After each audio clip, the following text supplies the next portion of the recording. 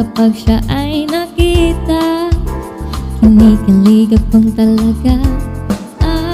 Di naman siya sobrang gwapo, ngunit siya ang type na type ko.